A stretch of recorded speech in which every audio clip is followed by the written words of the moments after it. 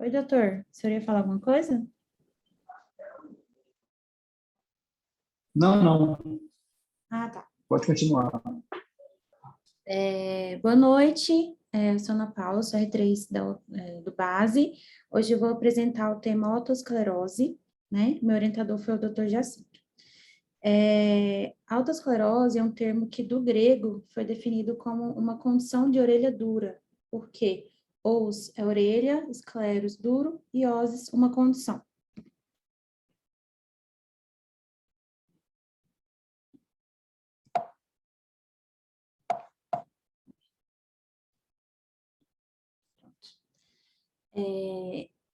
A autoesclerose, ela é uma doença relacionada ao metabolismo do osso. Então, no metabolismo ósseo, a gente tem a reabsorção, que é feita pelos osteoclastos, e o remodelamento, que é feito pelos osteoblastos, né? O tecido ósseo, ele é dividido numa matriz orgânica, que é composta, um quarto do tecido ósseo é dessa matriz orgânica, em que 90% é de proteoglicanos, 10% de colágeno. E uma matriz mineral, que é 3/4 do tecido ósseo, em que 90% é formado por hidroxiapatita e 10% por outros sais, de cálcio, fosfato e outros. E o tecido ósseo, ele é muito ativo metabolicamente, ele tem várias funções no nosso organismo. Ele tem desde a função hematopoética, com a medula óssea vermelha, né, na produção das células da hematopoiese, a sustentação do esqueleto, proteção de órgãos internos, como na caixa torácica, no crânio, a pelve, e funciona como uma reserva de cálcio, em que quando a gente tem a diminuição do cálcio sérico, a gente aumenta a produção do hormônio paratormônio, PTH, e isso ativa os osteoclastos a fazer uma reabsorção e repor o cálcio na circulação. Enquanto quando a gente tem um aumento do cálcio sérico, a gente ativa a calcitonina, que ela faz o efeito contrário ao PTH. Então, ela inibe os osteoclastos.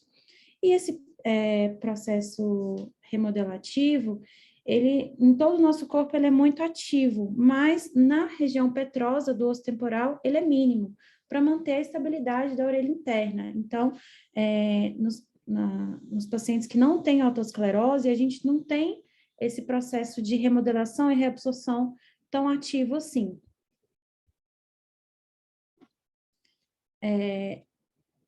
Isso acontece por conta da osteoprotegerina. A osteoprotegerina é uma proteína que ela é produzida pelo ligamento espiral. O ligamento espiral, ele envolve aqui a região da cóclea, e ele produz essa osteoprotegerina em grandes quantidades, secreta ela na pele linfa e no osso ali que está circundando o labirinto, e essa protegerina, ela inibe a remodelação óssea dentro da cápsula óptica. Quando a gente tem uma queda dos níveis da osteoprotegerina, a gente leva uma reabsorção e uma neoformação óssea patológica ali na região da cápsula óptica. Então, a gente tem aqui os osteoclastos, os osteoblastos, e aqui nos osteoclastos precursores, a gente tem um receptor de membrana, que é o RANQ. No RANQ se liga o RANQ-L, né? Que é essa outra proteína que leva, vou mostrar na outra figura aqui, o RANQ-L se liga no RANQ, que é o receptor de membrana que fica no osteoclasto precursor. Quando ele se liga, o RANQ-L se liga no RANQ, ele ativa a diferenciação que leva à formação do osteoclasto maduro. Isso se chama osteoclastogênese. Aí a osteoprotegerina, ela se liga no RANQ-L, impedindo que ela se ligue nesse receptor RANQ. Com isso, ela evita que ocorra a maturação do osteoclasto, né? Então, o osteoclasto, ele leva à reabsorção óssea, como ele não vai ser, ele não vai virar o osteoclasto maduro, ele não vai ter reabsorção. Outra coisa que a osteoprotegerina faz, a gente tem essa outra proteína que é o TRAIL. O TRAIL, ele leva a o osteoprotegerina, ela se liga ao TRAIL, levando a impedindo que ele leve a essa apoptose do osteoblasto, porque a função do TRAIL é levar a apoptose dos osteoblastos. Quando a osteoprotegerina se liga ao TRAIL, ele impede essa apoptose, e com isso a gente impede a perda óssea. Então, não tem reabsorção e não tem neoformação. Então, a gente deixa esse processo remodelativo bem mínimo ali na região da orelha interna para manter a estabilidade das funções dela. Com isso, a gente define que a autoesclerose ela é um processo patológico primário da cápsula óptica. Inclusive, isso assim, é questão de prova. Se afirmar numa afirmativa que a osteoclerose é uma doença da cadeia vesicular, está errado, porque ela é uma doença da orelha interna, uma doença da cápsula óptica. E raramente ela comete os ossículos. E ela também pode gerar alterações auditivas, como hipoacusia e zumbido, e vestibulares, como a vertigem. E qual que é a diferença da otospongiose para a otosclerose? Na verdade, elas são duas fases de uma mesma doença, sendo que a otospongiose mostra a atividade da doença, em que a gente tem o processo remodelativo mais intenso, e com isso a gente tem, nessa fase, uma piora mais rápida dos limiares auditivos, é uma fase de mais instabilidade da doença.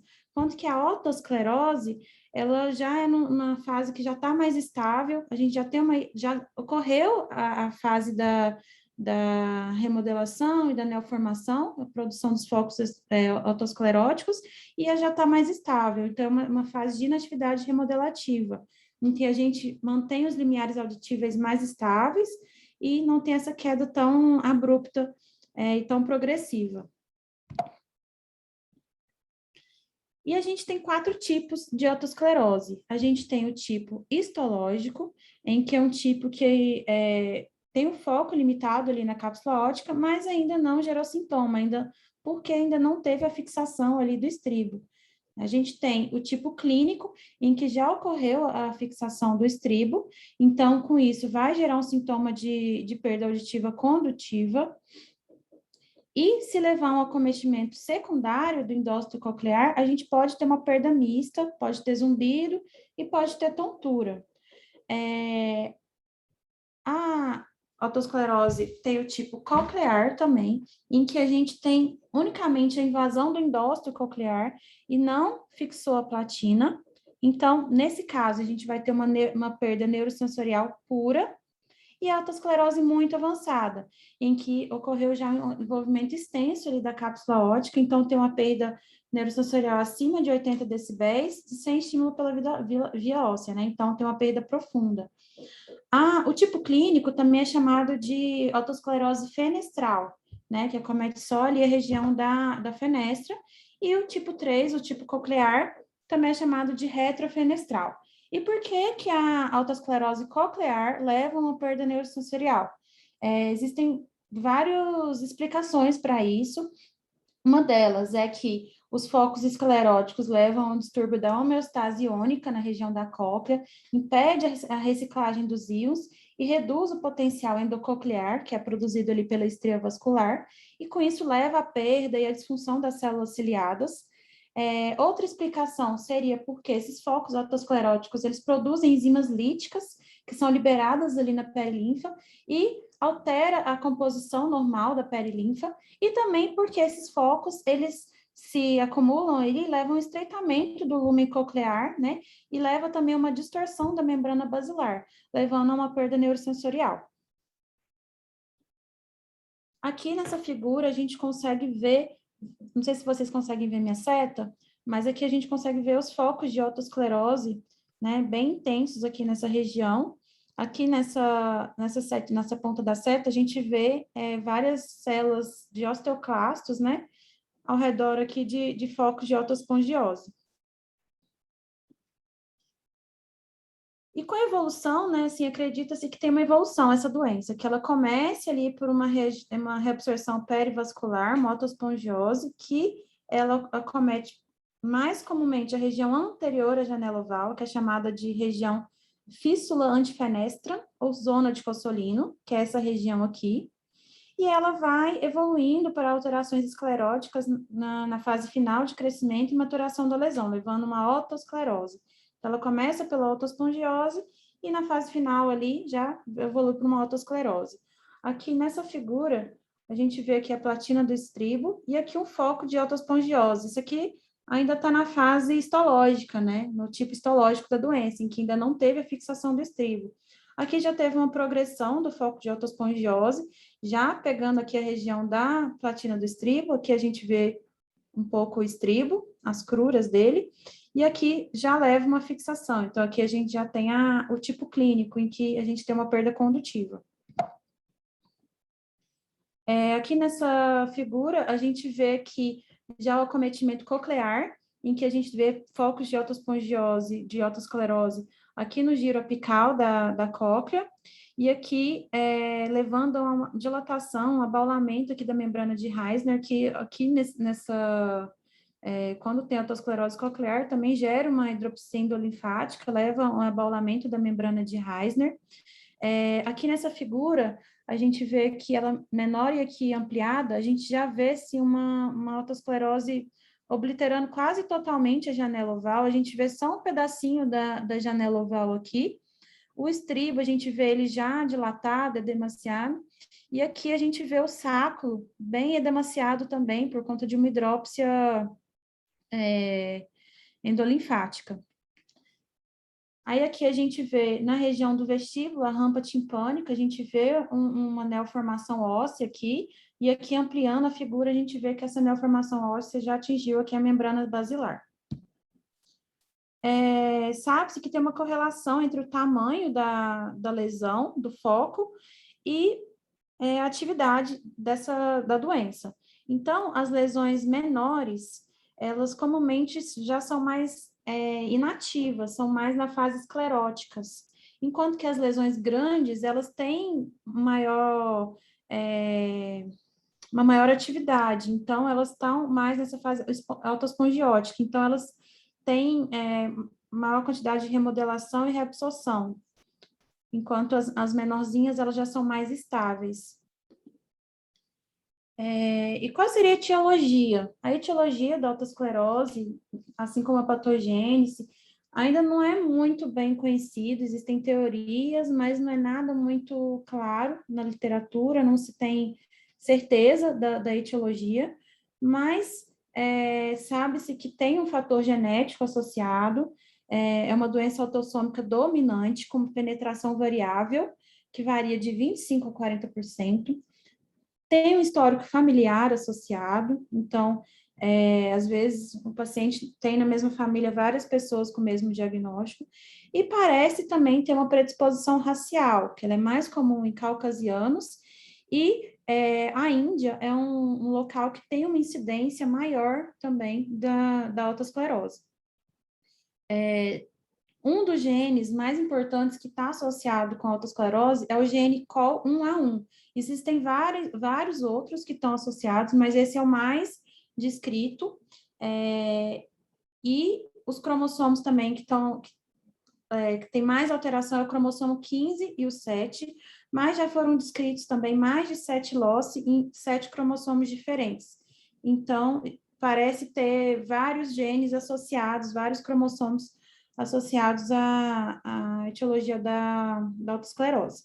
Existem várias teorias também, teoria hereditária, endocrinológica, vascular, mecânica, metabólica, bioquímica, autoimune, e até secundária a uma infecção viral.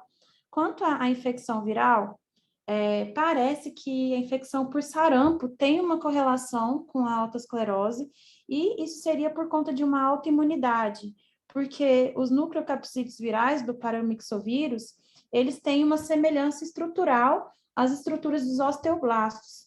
Então, parece que existe uma incidência maior de autoesclerose em pacientes que tiveram sarampo, e quando foram ver, é por conta dessa semelhança estrutural dos osteoblastos com os nucleocapsídeos virais. Enquanto o quadro clínico, a gente tem uma epidemiologia que acomete principalmente mulheres entre 15 e 35 anos, com um pico na terceira década de vida.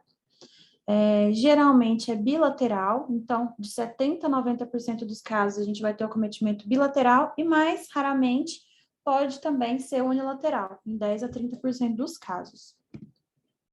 Quais seriam as manifestações clínicas dos pacientes com autoesclerose? A gente tem uma perda de audição, né, que é frequente, O zumbido também pode acontecer em 3/4 dos casos. A justificativa para o zumbido, existem várias teorias, podem ser por shunts vasculares, por uma circulação prejudicada ali na região da estria vascular, uma helenização do ligamento espiral, o efeito tóxico das enzimas proteolíticas e a própria fixação do estribo. O teste do rim invertido ou negativo, né, mostrando o gap aero-ósseo. O sinal de Schwartz, ele é bem incomum e ele ocorre por conta da vasodilatação ali na região do promontório, nos focos de otospongiose. Então, você só vai conseguir ver o sinal de Schwartz no paciente que estiver na fase otospongiótica da doença, que é onde tem essa maior vascularização ali dos focos de esclerose. E a tontura é incomum, né? Mas pode ter. As manifestações audiológicas, o paciente vai ter uma perda geralmente condutiva, que depender da progressão da doença pode ser mista ou sensório-neural, geralmente bilateral. Vai ter o efeito ou entalhe de Carhart. E o que é esse efeito entalhe de Carhart? Quando a gente pensa no cantor de ópera, sabe quando o cantor de ópera está cantando, aí tem uma taça de cristal, e aí a taça de cristal começa a vibrar quando ele atinge determinada frequência da voz? Isso acontece também na nossa orelha média, né? Que a gente tem, a cadeia ossicular, ela tem uma ressonância em torno de 2 kHz, de 1 a 2 kHz. Então, quando um som atinge o nosso ouvido nessa frequência, a nossa cadeia ossicular, ela atinge a sua melhor eficiência. Então, ela vibra com mais efetividade, levando ao fechamento do gap. E isso ocorre em torno de 2 kHz. Eu vou mostrar uma figura, uma audiometria para vocês depois, para mostrar o que é esse efeito de Carhart. Geralmente também o paciente vai ter uma discriminação vocal preservada, na maioria dos casos, exceto nos pacientes que já têm uma perda sensório-neural, principalmente se tiver uma perda sensório-neural já mais profunda. E pode ter um teste calórico positivo em 27% dos casos. As manifestações na impedância, o paciente vai ter uma timpanometria do tipo AR ou AS, né, que mostra a rigidez da cadeia, vai ter uma pressão normal na orelha média, pode ter o efeito on-off, que ocorre nos estágios iniciais da fixação do estribo, que é quando, assim, está tendo a fixação, mas ela não se estabeleceu por completo. Então, às vezes, o estribo consegue fazer o movimento de pistão e transmitir a onda mecânica ali para a perilinfa, às vezes não. Às vezes ele vai travar. Então, o paciente vai ter essa sensação, que tem hora que a audição dele falha e tem hora que não, né? Um efeito mais flutuante ali da perda de audição. Isso acontece nos estágios iniciais da doença. E a ausência do reflexo estapediano, porque como o estribo vai estar fixo, o tendão não consegue fazer o papel dele de proteger, de transmitir ali o arco reflexo. Então, aqui é uma audiometria clássica de um paciente com otosclerose. A gente vê uma perda condutiva bilateralmente semelhante, né, simétrica, e aqui a gente vê o efeito de Carhart, em que aqui em 2.000, 3.000 kHz, a gente tem um fechamento do gap, e é justamente por conta dessa ressonância da cadeia ossicular, que ocorre mais ou menos nessa frequência em que ocorre uma melhor efetividade da transmissão do som. Aqui a gente vê uma curva do tipo AS, mostrando a rigidez da cadeia. A gente vê uma boa discriminação da fala, né? Um índice de reconhecimento de fala alto, e a gente vê a ausência dos reflexos acústicos. Aqui a gente vê uma otoscopia de orelha direita. Aqui você consegue ver o sinal de Schwartz, que é essa vascularização mais rica ali na região ali do promontório, né? Aqui numa tomografia você consegue ver uma rarefação óssea aqui próxima à janela oval, que corresponde, né, a um foco de otosclerose. Aqui a gente vê a orelha média, o estribo, aqui a platina, aqui a gente vê próximo, aqui a região anterior, né, na fissura antifenestra, a gente vê focos de otospongiose, né, bem próximo. Opa! E aqui, nesse aumento, a gente consegue ver a vascularização, que é mais intensa nesse foco de autoespongiose, e é o que a gente vê no sinal de Schwartz. O diagnóstico é um diagnóstico, ele é clínico audiológico, então, anamnese, histórico familiar, exame físico, exame com diapasão, já sugere, você faz audiometria, que vem uma audiometria semelhante àquela que a gente viu, então, já sugere bem o diagnóstico.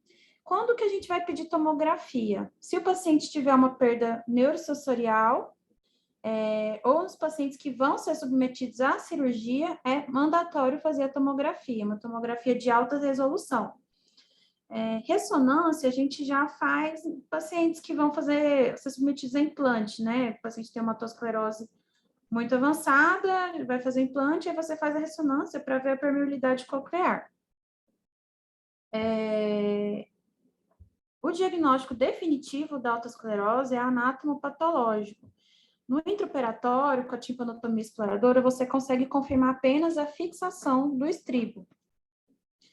E na tomografia a gente tem uma classificação, né? O tipo 1, tipo 2 e tipo 3. O tipo 1 é aquela otosclerose exclusivamente fenestral. O tipo 2, a gente já tem o acometimento da base ali da cóclea, ou região médio apical da cóclea, ou ambos.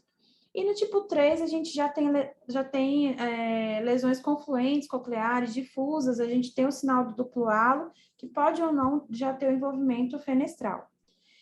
Se a gente vê um paciente, pensa que é autoesclerose, aí vem na audiometria que ele tem uma perda condutiva, ele tem uma curva tipo A, mas ele tem reflexos presentes. Isso não é autoesclerose, isso sugere o diagnóstico de terceira janela, principalmente a deiscência de canal semicircular superior.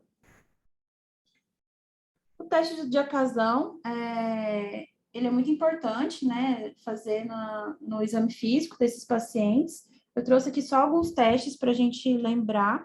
Então, o teste de Weber, a gente coloca ele ou na região aqui central da cabeça, ou na região da glabela, ou nos dentes, protegendo com uma espátula. Se ele ficar centralizado, né, indiferente, sugere que o paciente não tenha perda auditiva ou que ele tenha uma perda neurosensorial bilateral. Se ele lateralizar para a orelha ruim, ou seja, para a orelha que ele escuta menos, sugere uma perda condutiva. Se lateralizar para a orelha boa, sugere uma perda neurosensorial. O teste de Bonnier, ele também é chamado de paracusia à distância, quando é positivo, você coloca o diapasão em outras proeminências ósseas do corpo, que, né, na fossa escafoide, no cotovelo, no joelho, e o paciente ele vai ter a percepção auditiva. Isso acontece quando o paciente ele tem um gap muito grande, né? E aí ele consegue ter essa percepção à distância. O teste de Rini, então a gente coloca o diapasão na apófise mastoide, pede para o paciente avisar quando desapareceu o som e depois coloca na frente do tragus. Vai ser positivo quando ele ainda escuta na frente, ou seja, ele é normal ou tem uma perda neurosensorial. Se ele não escuta, ou seja, se a via óssea for maior que a via aérea, sugere uma perda condutiva.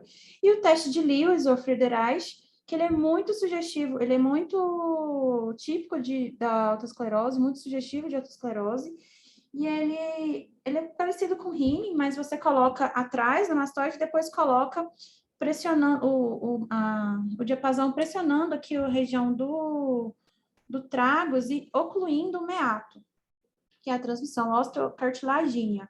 Então, o paciente ele vai quando for otosclerose, for condutivo, ele vai perceber que na via óssea o som quando ele colocar na frente, ele não vai estar ouvindo mais, ou seja, a via óssea é maior que a via osteocartilaginosa. Sugere também uma perda condutiva. Na tomografia computadorizada, aqui nessa primeira, a gente consegue ver que anterior à janela oval já umas áreas de rarefação ósseas, né, sugestiva de otosclerose. E aqui nessa segunda a gente já vê, assim, a cóclea já mais mal definida, a gente já vê uma rarefação óssea também. Aqui nesse paciente a gente já tem o acometimento coclear, além do acometimento fenestral também. Diagnósticos diferenciais, assim, tem vários, né? Mas, assim, pensando em diagnóstico pode, assim, no intraoperatório, você levar uma cirurgia e ver que não é, seria uma fixação congênita da cadeia, que você lá no intraoperatório viu que estava toda a cadeia toda fixa, não era só o estribo, timpanoesclerose, né, focos de timpanoesclerose que podem ocorrer não só na membrana timpânica, mas em toda a região da orelha média pode ter timpanoesclerose, outros problemas ossiculares também, que poderia levar a um quadro clínico bem parecido com o de otosclerose. E o tratamento? O objetivo principal do tratamento seria melhorar ou manter os limiares auditivos, né? E, além disso, controlar as outras queixas, que seria o zumbido e os distúrbios vertiginosos.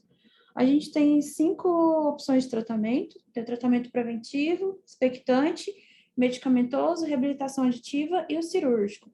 O preventivo, ele não é muito bem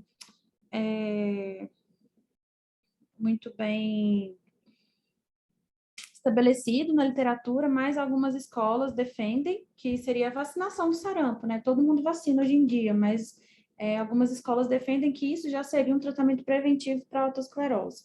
Tratamento expectante, que você vai só observar aquele paciente com visitas frequentes no otorrino, né? Seria aquele paciente que tem uma perda condutiva leve, unilateral, não leva prejuízo social, o paciente não tem, assim, nenhum problema, consegue viver normalmente. Então, você vai observar, vai repetir ali o exame. Quando ele tiver uma piora, aí você avalia de fazer o tratamento cirúrgico, né? E o tratamento medicamentoso, né? A gente tem que ter em mente que o tratamento medicamentoso, ele não reverte o componente condutivo que já foi ali estabelecido naquele paciente. Ele só vai estabilizar. Então, ele não vai corrigir, não vai curar o paciente. Quando que a gente vai fazer o tratamento medicamentoso? Principalmente naqueles pacientes que estão com lesões em atividade, né? Estão na fase de otospongiose, que, assim, consequentemente, vão ser aqueles pacientes que vão ter uma rápida piora auditiva. Pacientes que têm zumbido, vertigem também pode ser feito. E algumas escolas defendem fazer uso do tratamento medicamentoso no pré e pós-operatório, porque eles acreditam que tem um melhor controle da doença e uma melhora auditiva. Antigamente era muito utilizado os bioflavonoides e o fluoreto de sódio, né? Hoje em dia já não é tão mais utilizado, eles têm mais efeitos colaterais. Hoje em dia a gente usa mais os biofosfonados, né? Os biofosfonados, eles são absorvidos ali no trato gastrointestinal, vão ser concentrados ali na região de remodelação óssea em atividade, vão ser fagocitados pelos osteoclastos, e que leva à apoptose desses osteoclastos, ou então, eles também podem inibir ali as enzimas de reabsorção. Com isso, eles diminuem a atividade remodelativa ali do osso. A gente tem vários, os mais utilizados é o alendronato e o risendronato, que é uma dose semanal, por 12 semanas o tratamento. Tem efeitos colaterais também, né? A curto prazo geraria uma cefaleia, náuseas, dores abdominais, mialgia, dores ósseas, hipocalcemia. A longo prazo pode levar a uma esofagite erosiva, lesões renais, uma osteonecrose dos maxilares e até uma fratura do osso femoral. A reabilitação aditiva, principalmente com a ASE. O AAS, ele vai ser utilizado naqueles pacientes que tiveram insucesso nas terapias medicamentosas ou cirúrgicas, naqueles pacientes que tiveram uma sequela auditiva do tratamento cirúrgico e naqueles pacientes que recusam cirurgia, né? Pode ser utilizado também naqueles pacientes que fez a cirurgia, tinha uma perda mista, fez a cirurgia, corrigiu o gap, mas ele ainda tem uma perda, porque era perda mista. Então, você pode usar para melhor reabilitar aquele paciente. Outras opções, assim, tratado cita, mas não é tão utilizado no caso de otosclerose, que seria aquelas próteses implantáveis, o Barra Connect, Ponto, Carina, o Barra Tract, o Vibrant, Bone Bride, Sofno, Maxo, também são opções que podem ser consideradas. E o implante coclear vai ser reservado para aqueles pacientes que não tiveram um resultado satisfatório com estapedotomia mais a ASE, seria naqueles pacientes que têm uma otosclerose muito avançada. Aqui só mostrando os modelos mesmo das próteses implantáveis. Aqui a gente tem o barra connect, o ponto, o barra tract. Aqui só mostrando como que é feita a condução, né? Faz um bypass aqui da região da condução aérea, transmitindo direto o som aqui para a região da orelha interna. Aqui como que é feito, né? É uma cirurgia bem simples, né? Você faz uma incisão, faz a perfuração do osso, fixa o pino e fecha.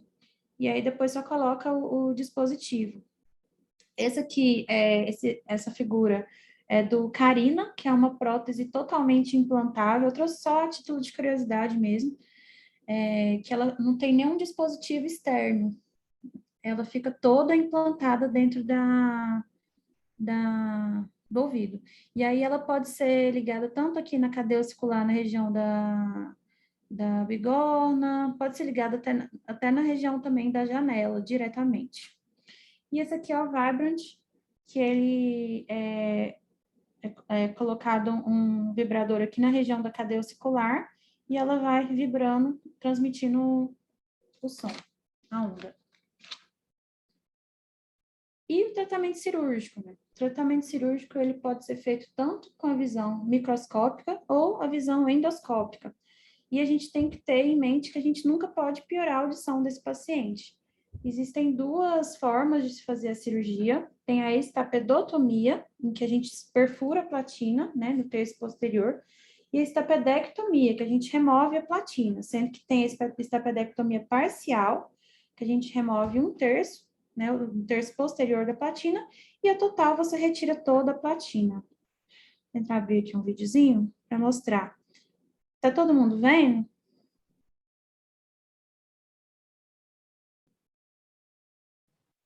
Assim, ó. Tá, beleza. Então, aqui, mostrando a cirurgia, já foi feita a infiltração aqui da região do conduto.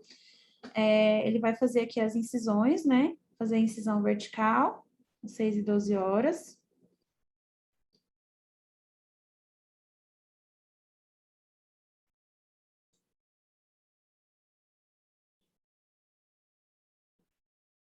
Incisão horizontal. Descolando aqui o retalho tímpano-meatal, já aqui na região aqui do ânulo.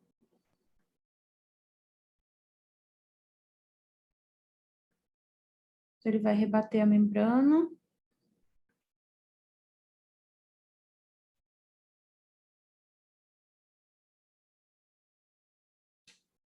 Aqui ele já está curetando a borda posterior superior aqui. Isso aqui é uma orelha esquerda, né? Aqui ele está testando a fixação, você vê que todos os ossículos mexem, menos o estribo. Aqui a gente tem o tendão do estapédio, só mostrando aqui na figura. Esse aqui é o corda do tímpano. Aqui a gente tem o tensor do estapédio, o estribo, o ramo longo da bigorna, e aqui em cima o martelo. E lá embaixo, aqui no estribo, a platina. E aqui atrás o facial. Então, ele está seccionando o tendão do estapédio, está fazendo a técnica tradicional. Está desarticulando aqui o estribo da bigorna e fraturando o estribo, já removeu ele.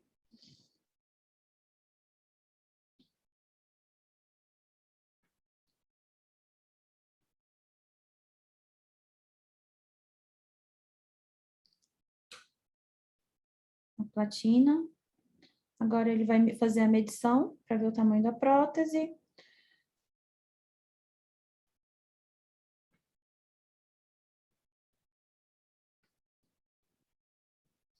Agora ele está fazendo a microfenestra.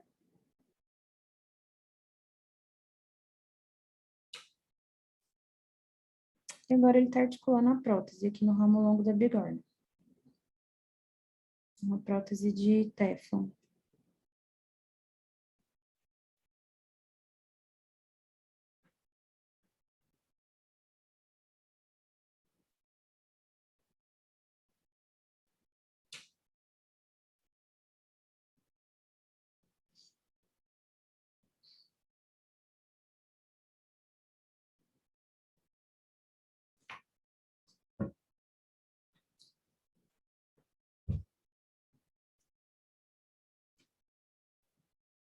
que está apertando a prótese.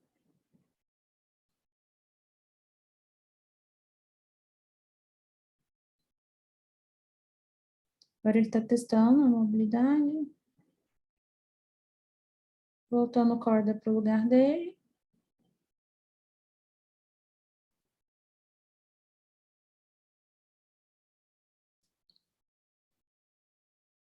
E voltando aqui o retalho timpanomeatal também para o lugar.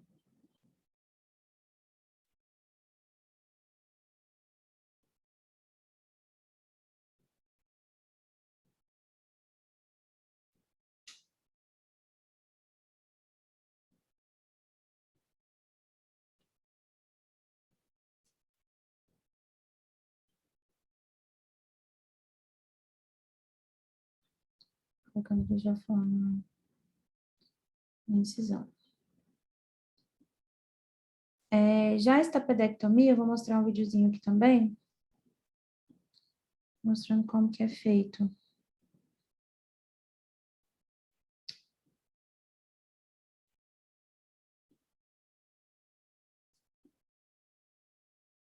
É a mesma coisa, né? Levantando o retalho.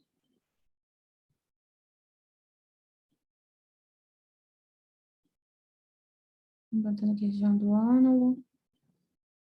Isso aqui já é uma do lado direito.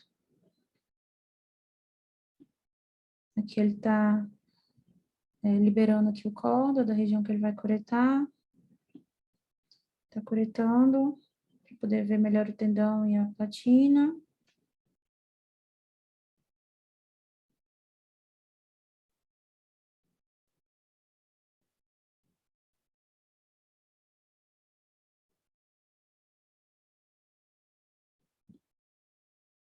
Ele voltou o corda aqui para a posição.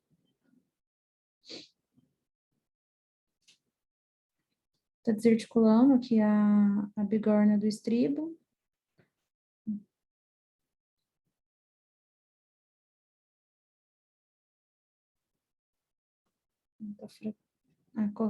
Seccionou o tendão do estapédio. Agora ele vai fraturar o estribo e tirar ele.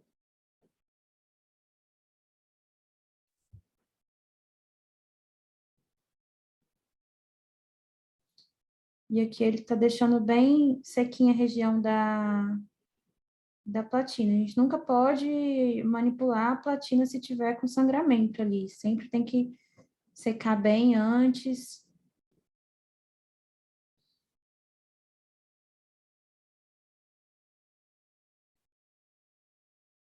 Aqui ele pegou uma cartilagem do trago, está tirando o pericôndrio.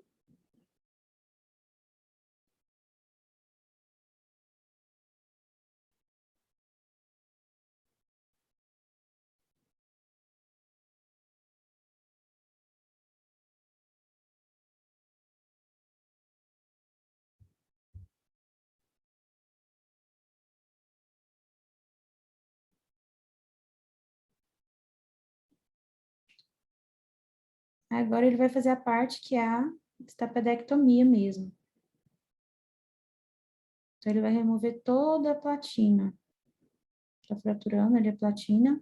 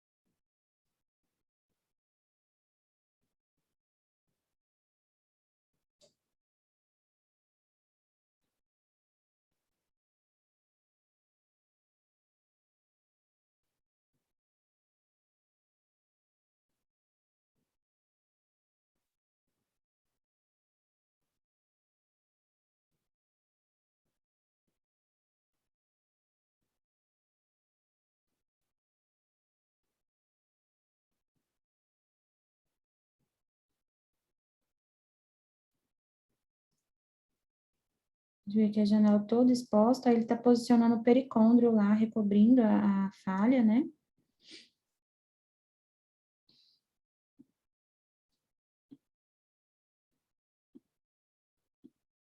Aqui ele mostra os tipos de prótese que podem ser utilizadas.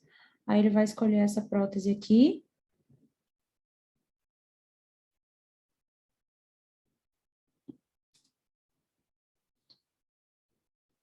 Aí aqui ele vai posicionar essa parte no processo lenticular aqui da bigorna e posicionado sobre o pericôndrio.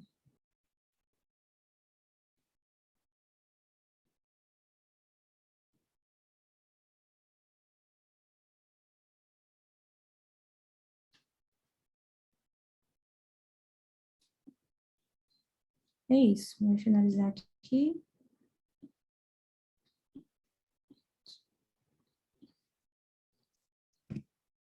E aqui é uma figura mostrando qual que é a região que é feito, né? No terço posterior.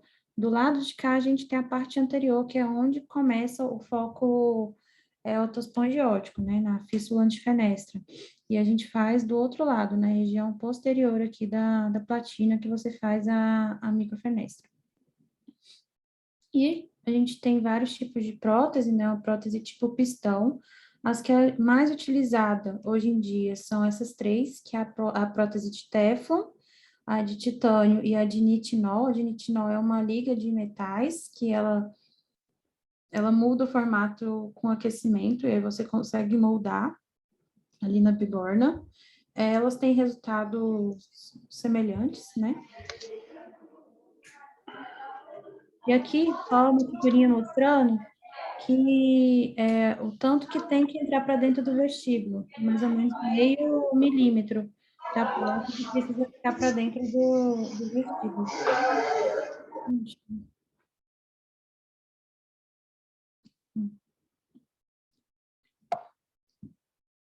E qual seria a indicação de cirurgia? São aqueles pacientes que têm uma perda condutiva ou mista, desde que, se ele for perda mista, que ele tenha uma boa reserva coclear, ou seja, ele tenha no máximo até 30 dB de via óssea, um gap acima de 20 decibéis e uma boa discriminação vocal, que é acima de pelo menos 65%. A gente tem as técnicas convencional e a técnica reversa de Fish. A convencional é a que eu mostrei no vídeo, e a reversa de Fish você coloca a prótese antes de tirar o estripo, que é a que a gente utiliza aqui no base.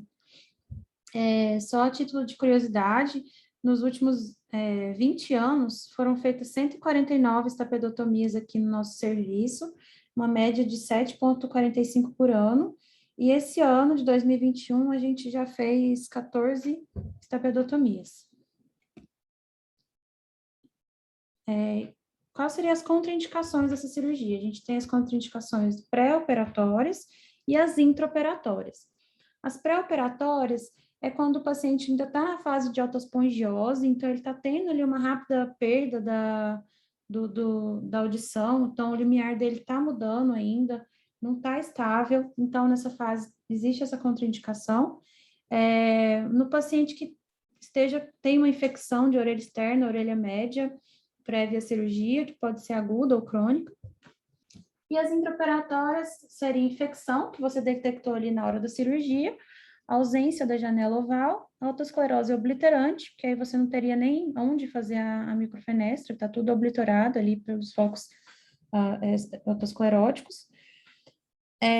Posicionamento aberrante do facial, ele poderia estar posicionado ali em cima da janela oval, então isso é uma contraindicação. E a artéria estapediana persistente, quando ela tá ali entre as duas cruras do estribo.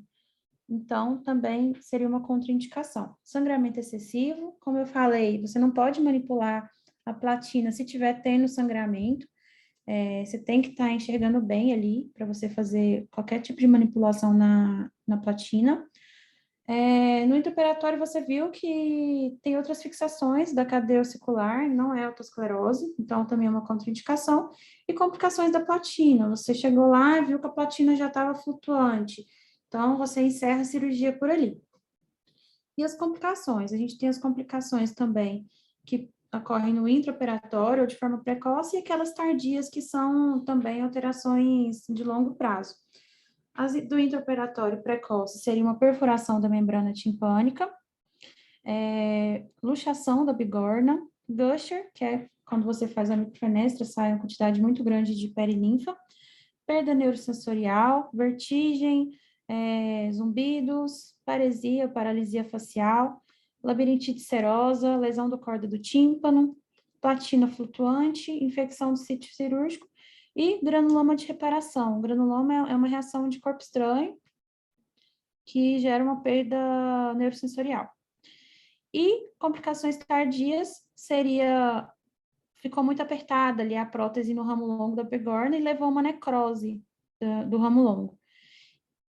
Isso é uma complicação tardia e a prótese pode ter ficado grande demais, então vai ficar estimulando ali o labirinto o tempo todo, provocando tontura no paciente, ou então a prótese ficou muito curta, ou porque você cortou ela de forma curta mesmo, ou por conta dessa necrose do ramo longo da bigorna, que aí encurta o tamanho da prótese, né? E aí não vai ter o resultado esperado. E aqui só uma questãozinha que eu trouxe, que foi uma questão que caiu na prova de título de 2020, só para a gente poder ver como que cai, né, na prova de título. Então, com relação à autoesclerose, sinal alternativa correta. Embora seja uma doença de diagnóstico clínico, a tomografia computadorizada de alta resolução deve ser realizada nos pacientes com componente sensório-neural na perda auditiva, candidatos à cirurgia e outras eventualidades, especialmente se houver histórico familiar de autoesclerose. B. Evidências como história familiar e predisposição racial sugerem participação de um fator genético na etiologia da autoesclerose, sendo esse autossômico recessivo. C. A otoscopia é normal, exceto por frequentes casos em que anastomoses entre o floco otosclerótico e vasos da submucosa do promontório podem ser vistos como uma mancha avermelhada, conhecida como sinal de Schwartz. E D. O exame tomográfico geralmente demonstra alterações de desmineralização ou volume, e a cápsula óptica é o osso mais denso do corpo humano, e a autoesclerose provoca uma diminuição da sua densidade, fase otosclerótica, ou mais raramente, especialmente do contorno e irregularidades, fase espongiótica. A alternativa certa aqui é a letra A, tá? Mas vamos ver o que está errado nas outras três. Então, nessa B, ele fala que é autossômico recessivo. Na verdade, é autossômico dominante. Na C, ele fala que é frequente os casos do sinal de Schwartz. Na verdade, é bem raro. Ocorre só naquela fase inicial de autoespongiose e não é uma coisa que as pessoas conseguem muito detectar na otoscopia. E o D, ele fez uma troca aqui, né? Ele trocou os dois conceitos. A autoespongiose, realmente, assim, a cápsula óptica realmente é o osso mais denso do corpo humano, mas ele trocou aqui os dois conceitos. A autoespongiose, na verdade, é a que leva uma diminuição da densidade, enquanto a autoesclerose leva um espessamento ali do contorno. Então, ele só trocou essas duas. E aqui não é o artigo ainda, eu vou só comentar desse artigo aqui primeiro, que eu vou só citar dele, que é um artigo que foi publicado agora em dezembro de 2020, que ele fala sobre, com o declínio, né, na incidência de autoesclerose, que vem decaindo esse declínio ao longo dos anos, se teve algum impacto na formação dos residentes, né, de otorrino. Então, assim, foi feito lá nos Estados Unidos, né, em vários centros lá, e aí os residentes falam consistentemente que eles se sentem inadequadamente preparados para realizar essa cirurgia depois que termina a residência.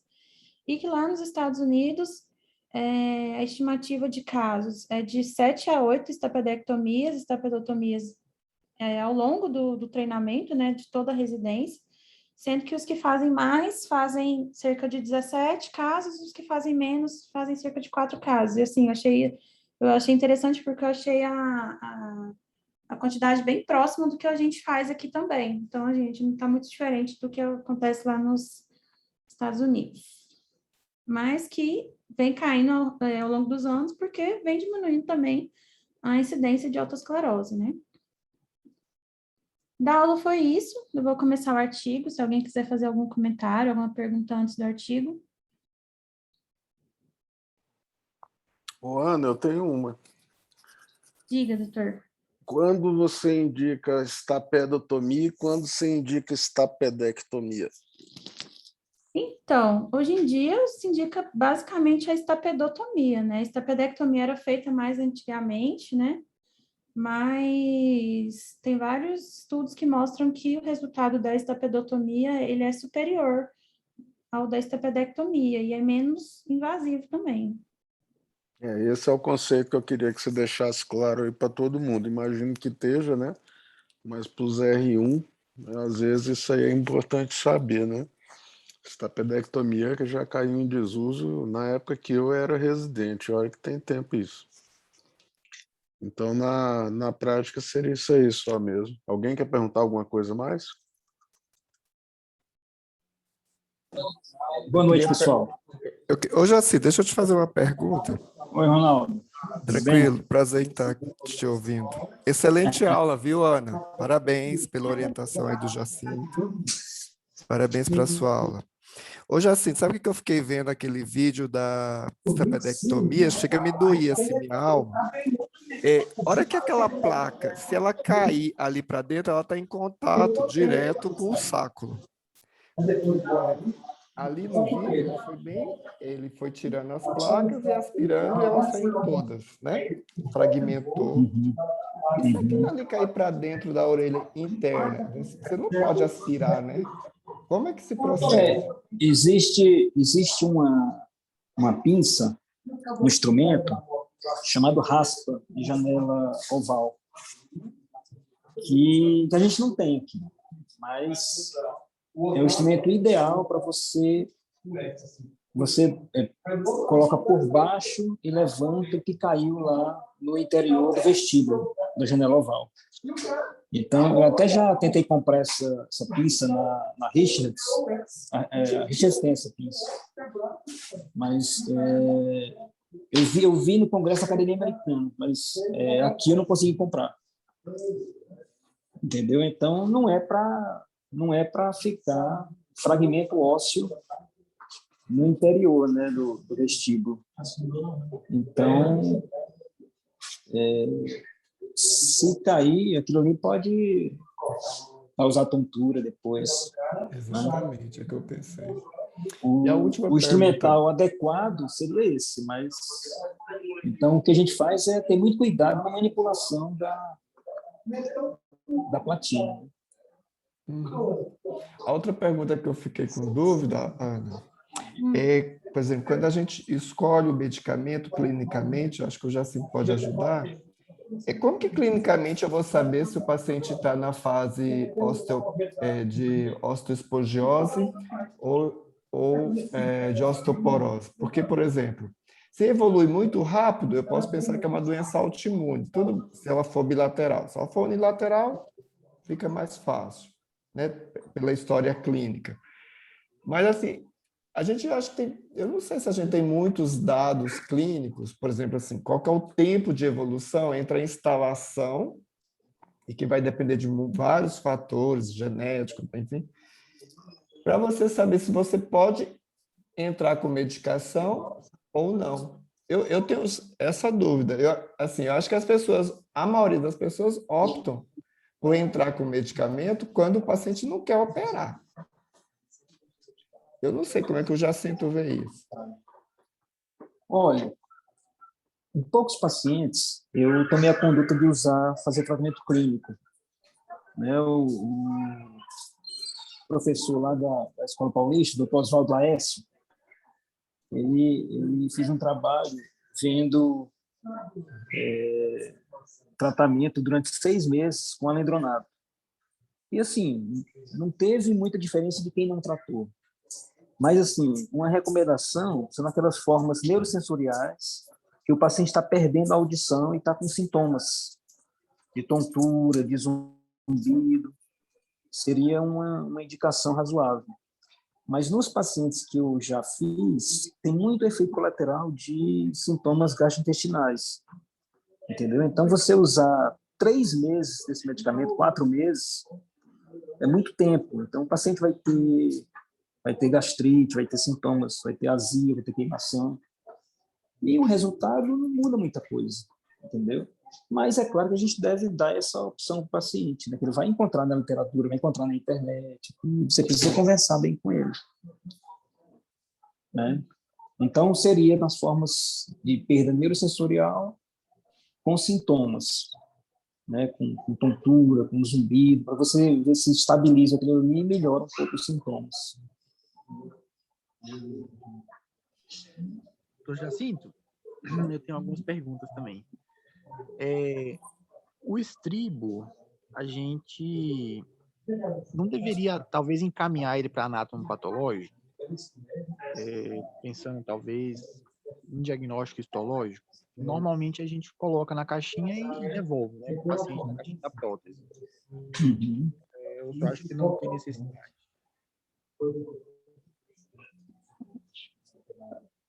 É uma pergunta interessante, né? Eu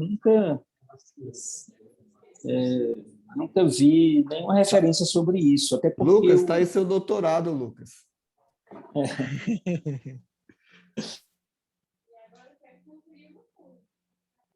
Até porque no paciente que tem a indicação cirúrgica, ele já está calcificado ali, né? Então você não vai, teoricamente, você não vai ter ali foco de otospongiose, né? Você vai ter já a calcificação. E você só tira a supraestrutura do estribo, né? A fixação está lá embaixo na fósfora antifenestre. Mas seria uma coisa para a gente levantar na literatura, né, e ver a possibilidade. Interessante. Eu faço uma pergunta, qual que seria o sentido de mandar para anátomo? Está buscando o que exatamente?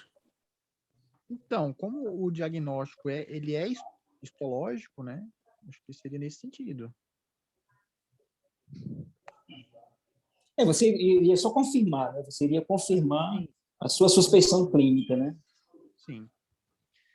Outra coisa, em relação, assim, o clássico é o paciente ter a curva S, o gap, a ausência de reflexo.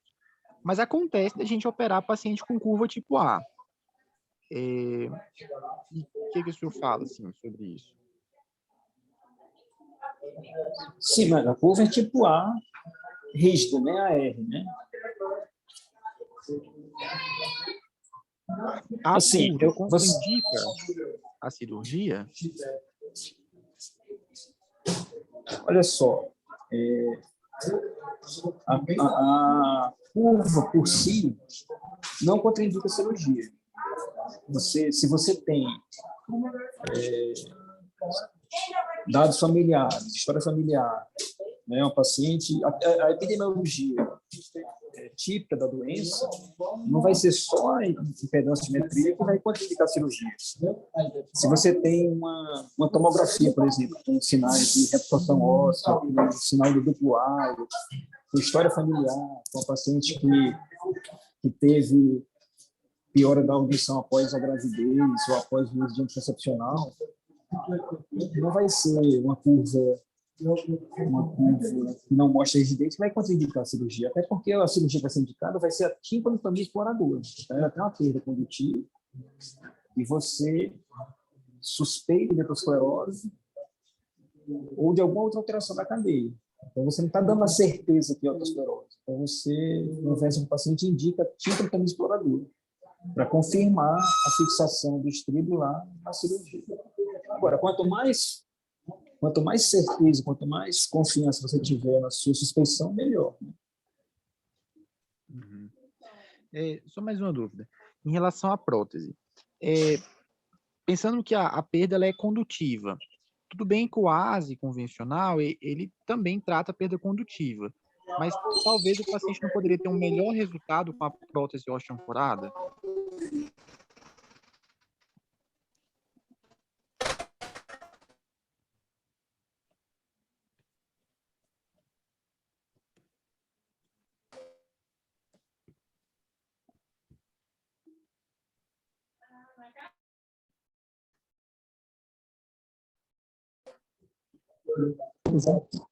Repetindo a pergunta? De prótese osteoancorada com estaperotomia é uma forçação de barra. Entendeu? não tem, é uma pressão grande do mercado, né, das multinacionais responsáveis por essas próteses osteoporadas. Eu nunca indiquei prótese osteoporada para outras pessoas. E eu acho que o resultado audiométrico e melhora a qualidade de vida da paciente com esta pandemia.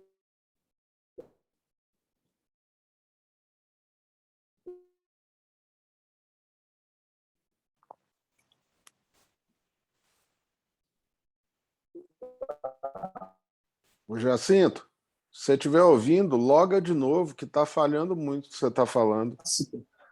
Não tem por que usar prótese temporária, né? E não tem resultados. Deixa eu mudar de lugar aqui. Está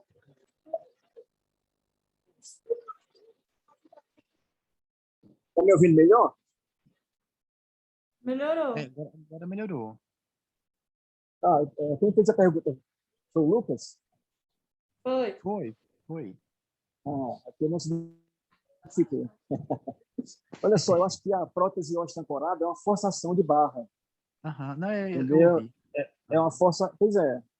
Então, assim, eu nunca indiquei prótese osteoporada para autoesclerose. E os livros citam que é uma possibilidade, mas eu também nunca vi alguém indicando para autoesclerose. O que seria a vantagem dessa prótese osteoporada frente às convencionais hoje? Assim? Dá uma repassada aí, por favor. Não teria vantagem nenhuma para autoesclerose nenhuma. Entendeu? Quando você tira a autoesclerose, coloca outras doenças que você vai implantar uma prótese, onde está a vantagem dela?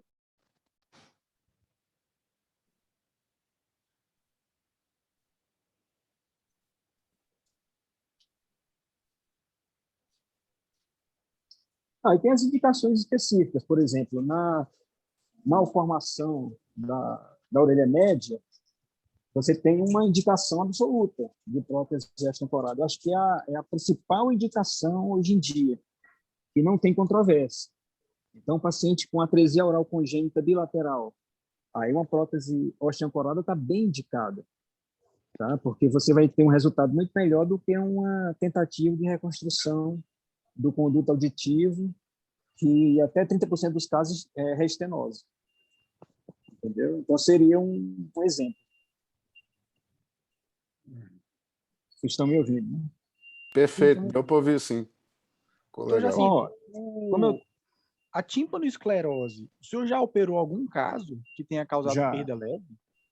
Já. Nas otites médias crônicas, aqueles ouvidos crônicos, você às vezes tem tímpanoesclerose na cadeia ossicular, em cima do facial, em cima da janela oval, e às vezes você tem que limpar. É uma cirurgia complicada, porque fica uma maçaroca de osso ali em cima da cadeia ossicular. Né? Às vezes você não consegue, porque você pode causar avulsão da platina e causar uma perda neurosensorial e piorar a condição do paciente. Então, deixa eu só fazer um comentário aqui, que eu estou no pronto-socorro, tem que ver ali se tem paciente. Eu estou muito feliz com esse número de estapedotomias que a gente está esse ano, né? 14 estapedotomias em agosto. Então, a felicidade grande de ter virado rotina, tá? Com algumas cirurgias que eu nem precisei entrar no campo. Então, quero dar parabéns aí aos R3, o Lucas e a Ana Paula. Né? Tivemos algumas complicações, mas acho que no serviço de treinamento isso acontece. Né? E até tivemos um granuloma pós-operatório, isso aí não foi uma coisa que eu creio que foi uma fatalidade, né? Foge do nosso controle. Tem uma coisa que eu queria falar, é o seguinte, a Ana Paula mostrou aí a cirurgia de vídeo. Então, tem uma comparação da cirurgia com microscópio e a cirurgia com vídeo endoscópio. Eu acho que a tecnologia está aí, a gente não pode negar a tecnologia, que vem para ficar, mas eu acho que é um treinamento para cirurgias futuras. No caso da estapedotomia e da cirurgia de orelha média, a visão binocular com o uso do microscópio, né, que você tem uma melhor noção de profundidade e que você pode usar as duas mãos, uma dissecando e a outra aspirando, eu ainda acho que tem mais eficácia na estapedotomia. Agora, até para os residentes, a cirurgia endoscópio de ouvido vai ser o que vai acontecer no futuro e a gente não pode negar isso. Ô, Jacinto, e o vídeo no ouvido não tem como você deixar ele num holder, não? E trabalhar com as duas mãos? Olha só, a gente faz aqui adaptação.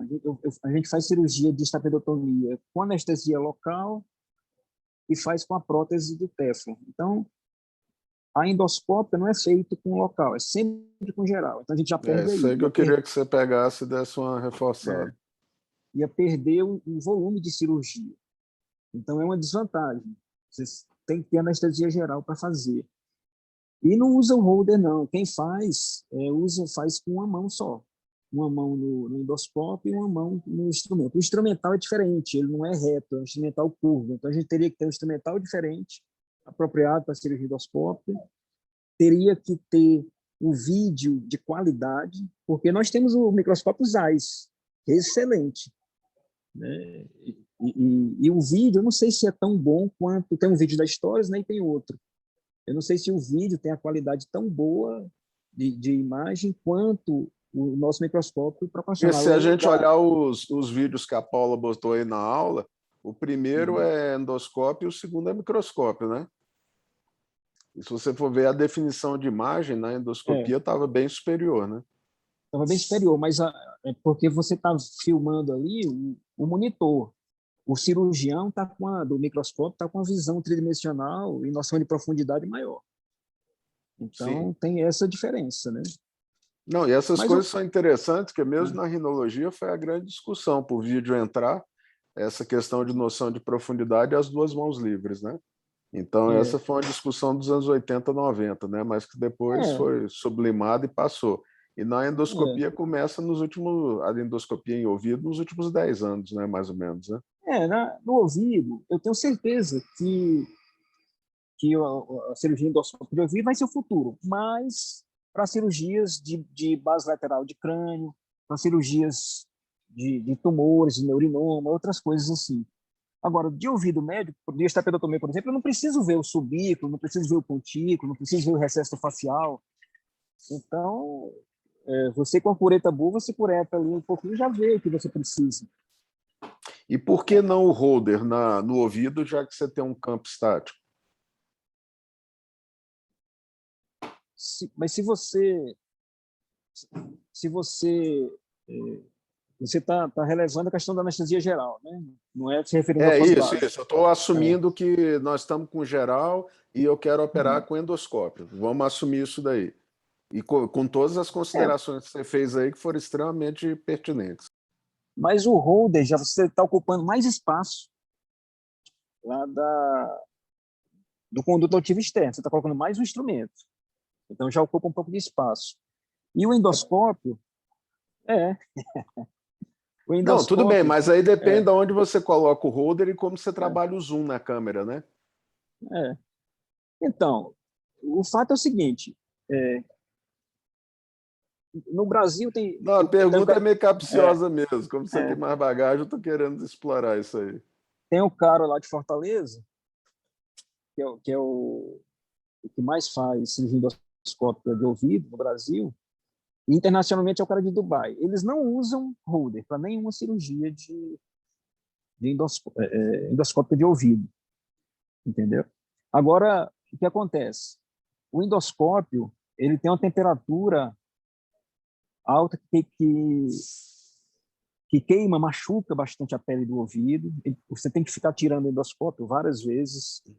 E que bom que você chegou nisso aí, que era isso aí que eu queria chegar. Como é que era a questão térmica na cirurgia otológica? Pois é um problema. Tanto que eles tiram várias vezes o endoscópio do ouvido e colocam a potência da luz um pouco menor, entendeu? Então, tem essa curva de aprendizado aí. E você tem risco de machucar e lacerar mais a pele do conduto e causar estenose também. Então, eu acho que é uma coisa de passar a curva de aprendizado, né? Ter o material adequado, passar a curva de aprendizado, né? Agora, eu acho que não é nossa realidade no hospital de base, porque eu fiz essa adaptação de fazer com... Foi meu treinamento, né? Eu aprendi a fazer com local, mas meu treinamento foi fazer com a prótese de titânio. Na época era teflon-platina, mas é mais parecida com a titânio, de apertar a prótese. Isso. A prótese de teflon, eu acho mais difícil colocar, mas é pela formação, pela forma que eu aprendi. E aqui a gente faz com a de teflon, né? Então foi uma adaptação que a gente já fez, para não deixar de operar, fazendo com local, com a prótese de teflon. Outra coisa importante, Jacinto, fugindo um pouquinho, uso de monitorização para esse tipo de cirurgia. Monitor de Olha, facial. eu acho que não é necessário, porque a gente não usa drill, a gente usa a cureta, mas... Mas vamos assumir que você dá uma tracionada no corda, ele é ramo do facial e você puxa o facial junto. E aí?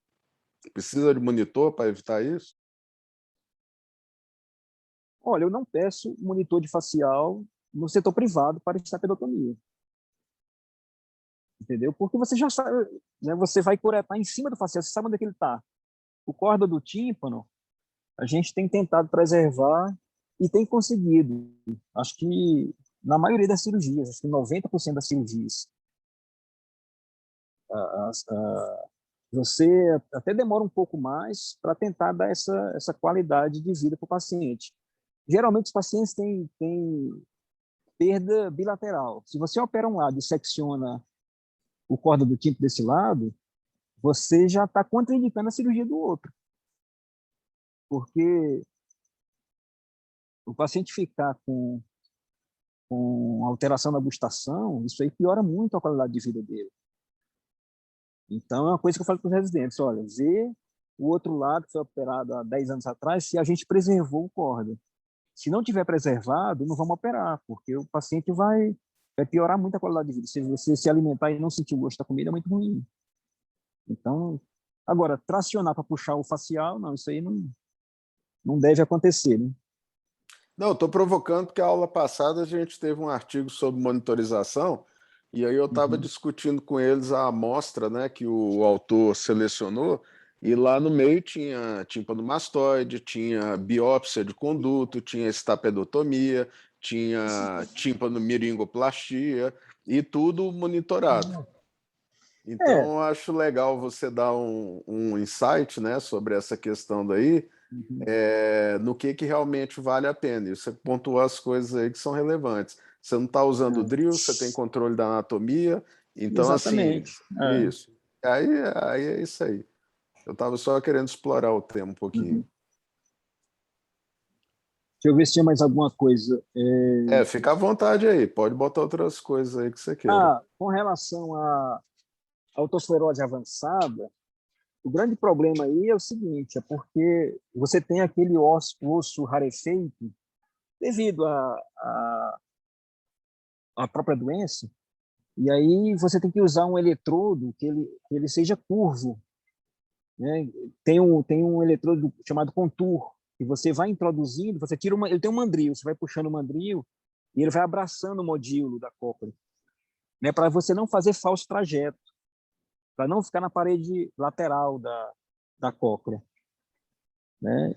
Esse é um problema, falso trajeto. O outro problema é porque, devido a esse osso rarefeito, o impulso elétrico pode passar para estruturas adjacentes.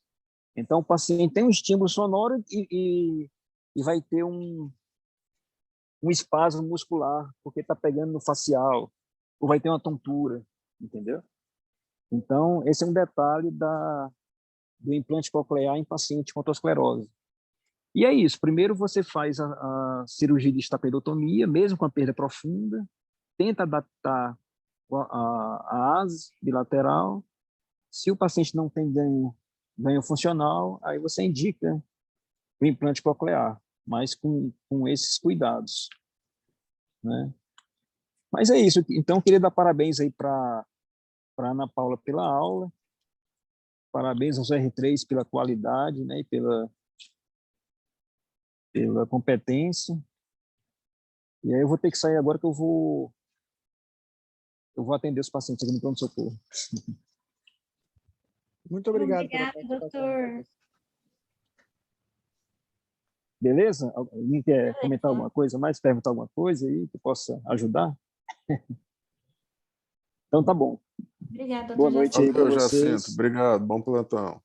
Obrigado. Então, eu vou começar aqui a parte do artigo. Estapedotomia e implante coclear para autoesclerose avançada, uma revisão sistemática e uma meta-análise. É um artigo que foi publicado na Otolaryngology Head and Neck Surgery, que é uma revista da Academia Americana de Otorrinolaringologia e Cabeça e Pescoço. Ele foi publicado no ano de 2016. Então, título, né? Já falei.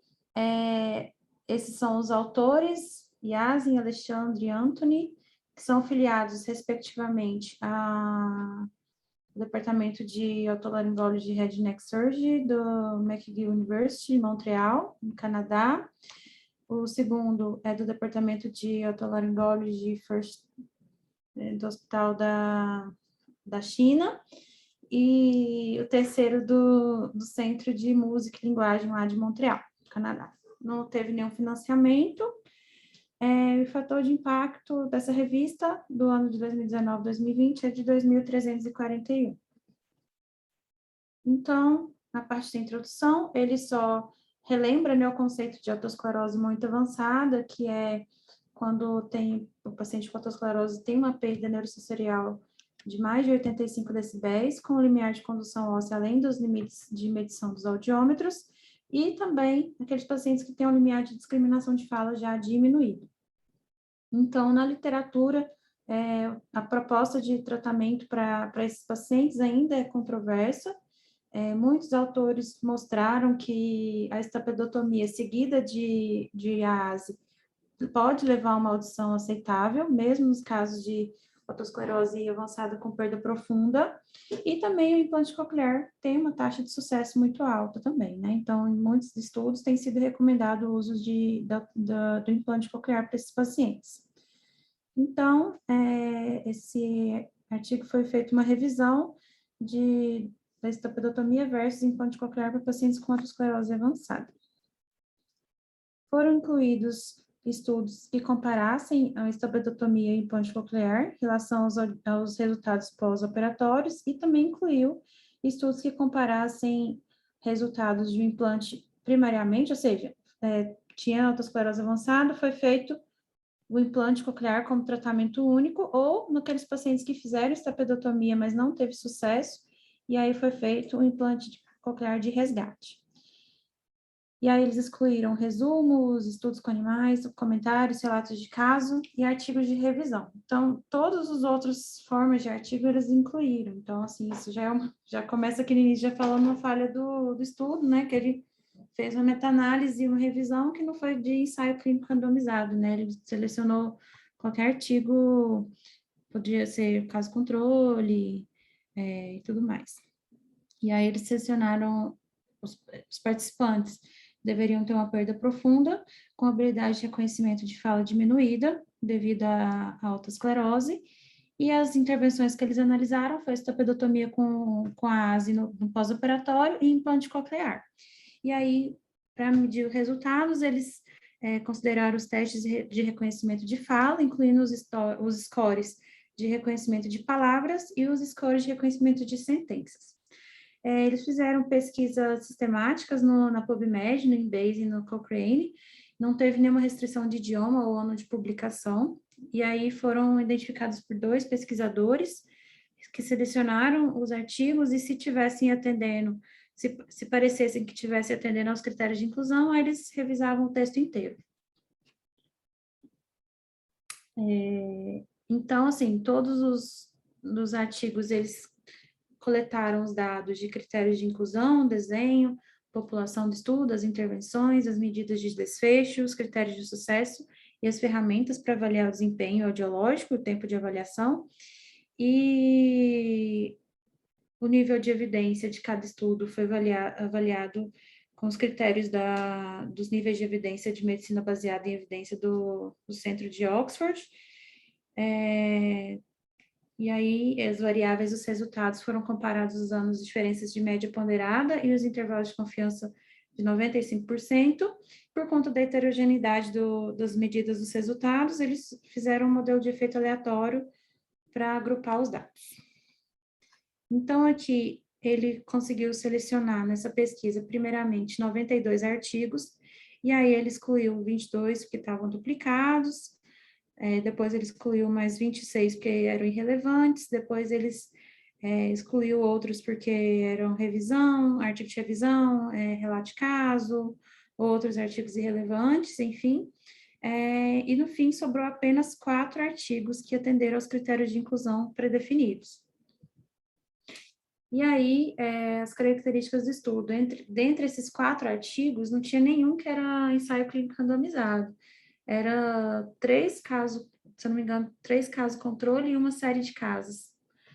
Então, aqui ele mostra, né, os artigos que foram selecionados, comparando aqui estapedotomia e implante coclear, né.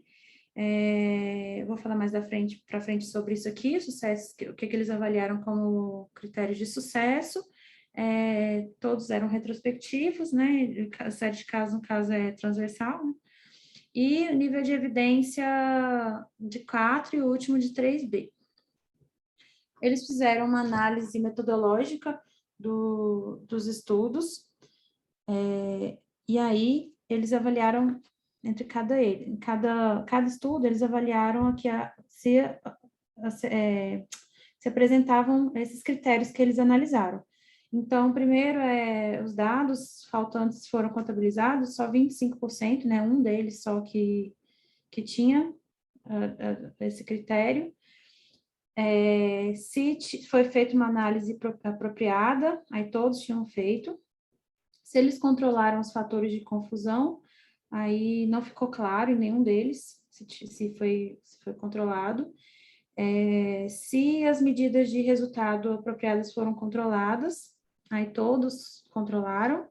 Se foram feitos controles apropriados, em 75% foi feito e um deles não foi feito.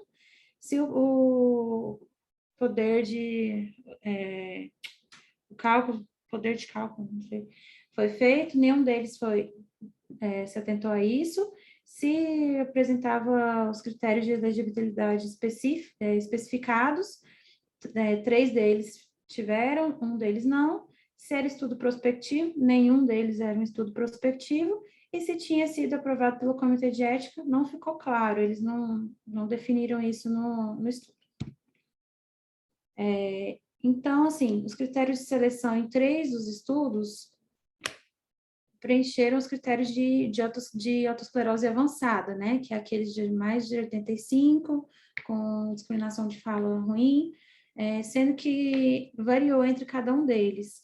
Nesse Berretini, os critérios de inclusão foram via aérea acima de 110 para estapedotomia e 118 para implante, com score de reconhecimento de fala com auxílio de palavras, menor que 15% para estapedotomia e menor que 4% para implante coclear. CALMES, os critérios de inclusão foram o diagrama em branco, ou seja, via aérea e via óssea incomensuráveis, e o reconhecimento de fala abaixo de 30% a 65 decibéis para ambos os grupos. O Cabara usou os critérios de via aérea pior que 85 e reconhecimento de fala abaixo de 50% a 60 decibéis. E, no último estudo, ele não deixou claro que era autoesclerose avançada, mas ficou meio óbvio no texto, porque todos os pacientes tomografia, né, achados tomográficos que sugeriam uma autoesclerose avançada, ou então tiveram uma cirurgia prévia para autoesclerose, sendo que 18 tinham feito estapedotomia e 2 tinham feito só a fenestração. Em todos os estudos, os critérios radiológicos também foram especificados, com achados positivos de focos autoescleróticos na tomografia de alta resolução. Os critérios de sucesso variaram também entre os estudos. 2 estudos definiram que teve sucesso aqueles pacientes que tiveram a capacidade de usar a conversação telefônica auxiliada. Um definiu quando tinha um índice de reconhecimento de fala maior que 50%, né? Um aumento do índice de reconhecimento de fala para mais de 50%, mais a inelegibilidade subsequente para implante, né? Ele não era mais um paciente candidato a implante. E o último estudo, ele não especificou claramente nenhum critério. As medidas de resultados, então, a medida de desfecho foi o índice de reconhecimento de fala em 3 dos grupos incluídos, comparando os resultados pós-operatórios entre estapedotomia versus implante, sendo que 2 estudos usou reconhecimento de fala dissilábico e 1 usou conjunto aberto. E no estudo que era comparando implante primário com implante de resgate, que foi o estudo de Marshall, ele usou a medida de resultado, foi os scores de reconhecimento de sentenças, que é o teste de sentenças do Instituto Central para Surdos. E aí foi utilizado esse score de sentenças por ser o único score de fala no estudo que serviria para sintetizar dados de reconhecimento de fala. Então, quais foram os resultados? Né, quando comparou uma estapedotomia, né, sendo de sucesso ou não, contra o implante versus implante coclear. Então, aqui teve uma diferença estatística favorecendo o implante coclear. Então, nesses casos, o implante coclear foi melhor do que a estapedotomia geral, né? Incluindo os que teve falha e os que teve sucesso na cirurgia.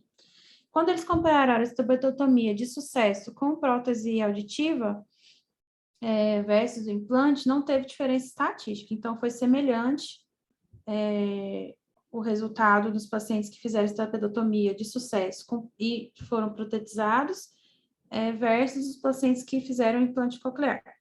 E quando foi comparado os pacientes que fizeram implante primário, né, como primeiro tratamento, daqueles pacientes implante de resgate, que fez implante depois, que fez estapedotomia e não teve sucesso, também não foi estatisticamente significativo. Então, aqui comparando o primeiro grupo, né, a gente vê aqui que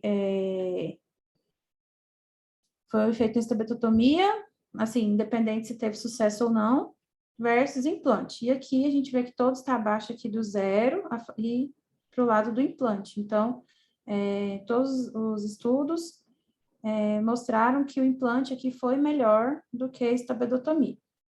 A gente teve um índice de heterogeneidade de 39%, nesse caso aqui. No segundo grupo, que foi uma estapedotomia de sucesso, que foi protetizado depois, comparando com o implante coclear, a gente vê que não teve significância, né? Que passou aqui pelo 0.